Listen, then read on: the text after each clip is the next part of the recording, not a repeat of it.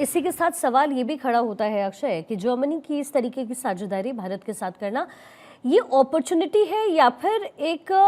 तरीके से नेसेसिटी कह सकते हैं, अपॉर्चुनिस्टिक नेसेसिटी जो कि जर्मनी के लिए इस समय बन गई है, क्योंकि हम देख रहे हैं कि अब लगभग ऐसा लगता है कि यूरोप जो है वो भी इस समय कह रहा है कि भाई रशिया से बात करो, रशिया से बात करो मतलब भारत से बात करो। तो क्या ये नेसेसिटी है इस समय जो जर्मनी की भी है और यूरोप की भी बनती हुई नजर आ रही है? और दोनों हैं, एक तो अपॉर्चुनिटी है, दूसरी तरफ नेसेसिटी है। भारत के लिए अपॉर्चुनिटी ये है कि अपने साजो सामान को बेहतर तरीके से वहाँ पर एक्सपोर्ट किया जा सकता है, ये अपॉर्चुनिटी है। नेसेसिटी इसलिए है क्योंकि भारत भी सोच रहा है कि नए मार्केट अगर हम खोल रहे हैं तो हमारे लिए भी नई मार्केट निश्चित रूप से दूसरे देशों में, विश्व के अन्य हिस्सों में भी खुलने चाहिए। वो एक कह सकते हैं कि अपॉर्चुनिटी है। और नेसेसिटी इसलिए है क्योंकि जर्मनी के साथ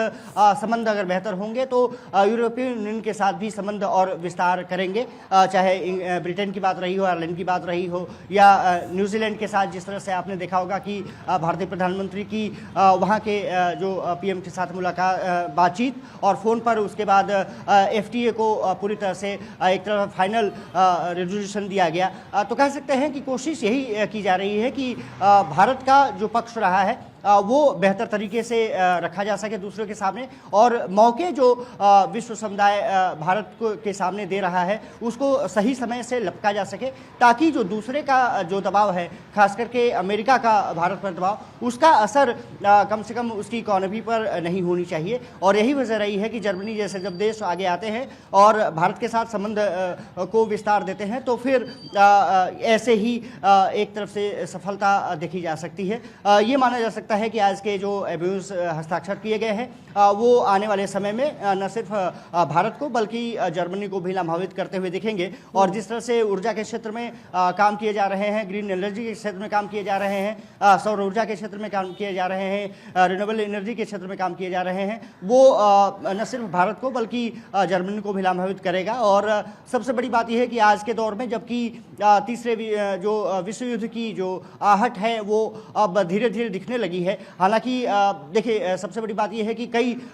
चीज़ों से अमेरिका ने अपने आप को अलग कर दिया है। लगभग ये कहा जा रहा है कि 4 दर्जन से ज़्यादा जो प्रमुख संगठन हैं उनसे अब अमेरिका अलग होने जा रहा है। अगर उन पर यूरोपियन यूनियन या फिर भारत अपनी तरफ से उसको फंडिंग करता है तो फिर वो, मुझे लगता है कि भारत की जो भूमिका है वो विश्व समुदाय में और बेहतर हो जाएगी। और जिस तरह से भारत की आर्थिकी तेजी से आगे बढ़ रही है, एक पॉपुलेशन हमारा भले ही बहुत ज़्यादा हो लेकिन ये कई मायने में फ़ायदेमंद भी है। हमारे पास मार्केट है और वो मार्केट को यूटिलाइज भी दूसरे देश करना चाहते हैं। जर्मनी भी इससे कुछ अलग नहीं है, इसीलिए अपनी मार्केट भी जर्मनी खोज रहा है। और उसके लिहाज से अगर देखा जाए तो भारत एक बड़ा बाजार के रूप में उपलब्ध है। यूरोपियन यूनियन के साथ जो संबंध होंगे, दूसरे देशों के साथ जो संबंध विस्तार करेंगे, वो भारत के लिए भी मौके तलाशेंगे। खास करके पर्यटन के बारे में बात करें, सुरक्षा के बारे में बात करें, एनर्जी की बात करें तो कहीं ना कहीं भारत उसमें भी अग्रणी भूमिका निभाते हुए दिखेगा। मतलब कि आने वाला जो दशक है वो निश्चित रूप से भारत का होने वाला है, ऐसा कहा जा सकता है। बिल्कुल अक्षय, लेकिन क्या आप चाइना को एक तरीके से जवाब देने की कोशिश है, एक तरीके की मैसेजिंग है जो कि रणनीतिक रूप से इस समय जर्मनी की तरफ से हो रहा है?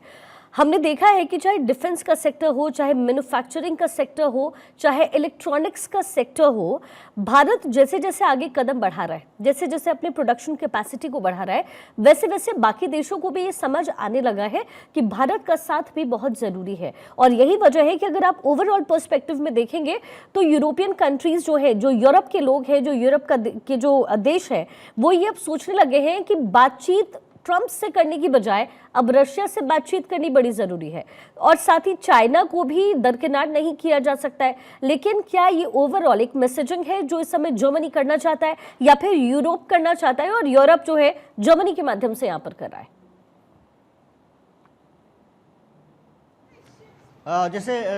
शिखा मैंने जिक्र किया कि नाटो का जब जिक्र आया था, अमेरिका और यूरोपियन यूनियन दोनों रशिया के खिलाफ नजर आते थे। लेकिन कहीं ना कहीं अगर देखा जाए तो अब थोड़े से रुख इसीलिए बदला है क्योंकि अमेरिका ने जिस तरह से अन्य देशों पर टैरिफ थोपा वो कहीं ना कहीं दूसरों को रास नहीं आया, और इसीलिए अब मार्केट अलग अलग जगहों से तलाशने की कोशिश जारी है। और निश्चित रूप से चीन का जो मैंने कहा कि विस्तारवादी रणनीति रही है वो अपने आप को बेहतर तरीके से संचालित करता रहा है, लेकिन अब उससे अलग मार्केट खोजने की लोगों ने कवायद शुरू कर दी है। हालांकि रसिया के साथ संबंध चीन के जो रहे हैं वो किसी से छुपे नहीं हैं।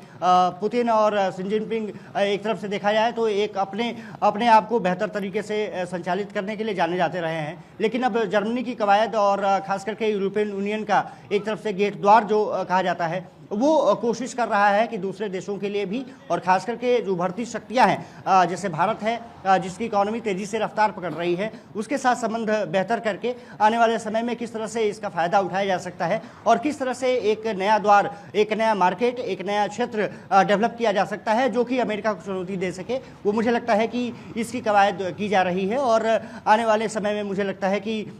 इसका असर कहीं ना कहीं न सिर्फ अमेरिका पर पड़ेगा बल्कि उसका कुछ अंश चीन पर भी पड़ता हुआ दिखेगा, क्योंकि